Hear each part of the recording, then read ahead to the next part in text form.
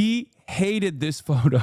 He apparently hated this photo. He got really heated about this photo. Time magazine wrote a relatively good story about me, but the picture may be the worst of all time. They disappeared my hair and then had something floating on top of my head that looked like a floating crown, but an extremely small one. Really weird. I never like taking pictures from underneath angles, but this is a super bad picture and deserves to be called out. What are they doing and why? I mean, this is the most relatable he's ever been, but it is also incredibly funny that he's just like super butthurt about the angle of the photo because he is uggo to the max. That's just how you look, my man. You have way worse photos than this. I mean, he has a point. It's a bad photo. Guys, it's Donald Trump. What angle is a good angle? What do you mean? Get real. This is supposed to be like an angle that makes him look powerful, you know? Like this is supposed to be the aura shot. He looks like that. What are we talking about? He doesn't have any good photos. That's just what he looks like. It's really funny that he's just like mad about this and people are like, well, you know, it's just like a bad angle. It's like, is there a good angle? Have you seen his like new White House photo where he's like doing this in his new White House like portrait shot that he posted? Like it's not like he looks good in any of those photos. It just looks like shit all the time. The reason why he's mad about this is because it shows that he's like clearly balding. And I like it. Okay, but not to defend Trump, but I get it. Like, you know, give him a chance. This is the iconic one. Unedited people went on to Photoshop it, though. Yeah, like, he just doesn't look good. He is not a guy that looks good. That's it. You think he asked Laura Loomer to jiggle it? Oh, God. Laura, she's a free spirit like no one's ever before. Let me tell you. Trump is going to fucking arrest the Times reporters, the photojournalists that took the photo.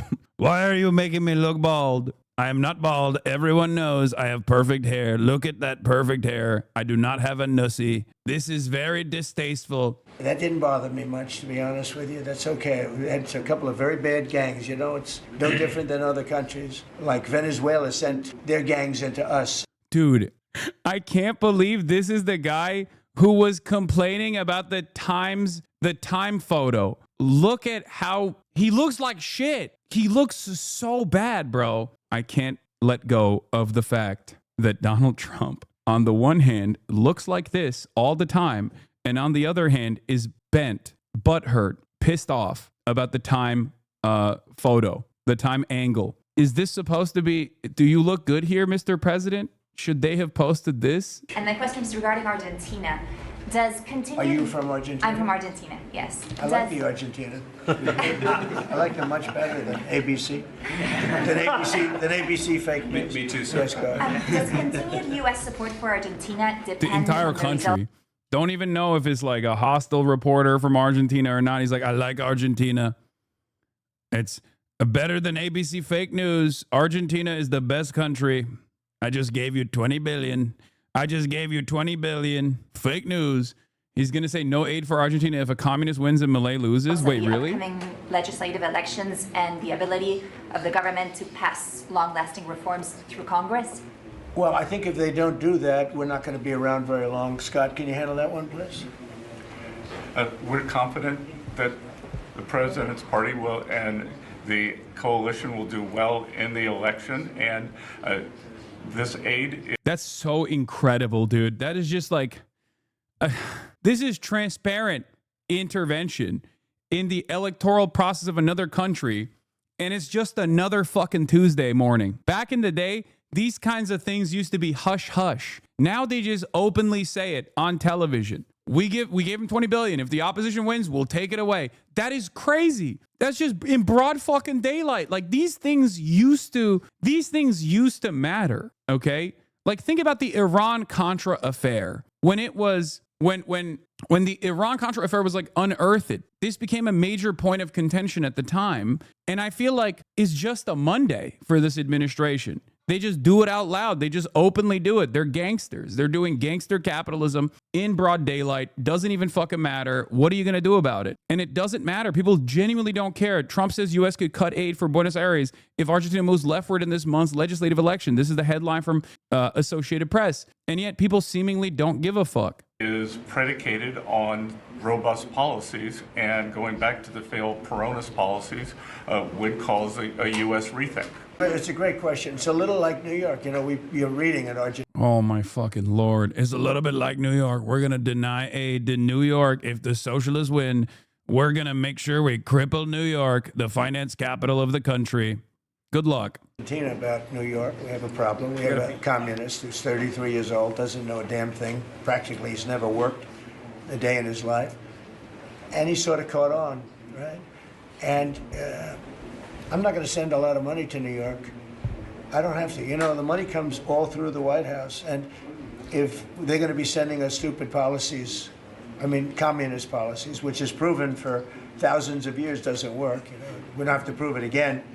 We're not going to ruin one of our great cities because we'll make that great. We will clean up the crime in about 30 days. Took 12 days to do Washington, D.C., so New York is bigger. Donald Trump basically brought together everyone else, seemingly, and, you know, he did the humiliation ritual for all of the Western leaders that wanted to participate. He did a humiliation ritual for all of the people that wanted to participate from all around the world. He just basically sat there and bullied them. Yeah, it was very interesting to watch Keir Starmer, also known as Kid Starver, get told to do spot training with Kaya. You know, similar to Kaya's spot training, where I say place. Just odd to see, you know, a person who is supposed to command the legacy of an empire that where the sun never set. You know, blowing a 13 colony lead all the way down to being a servile little gremlin to Donald Trump on camera, so much so that all of the other world leaders that were next to him started laughing.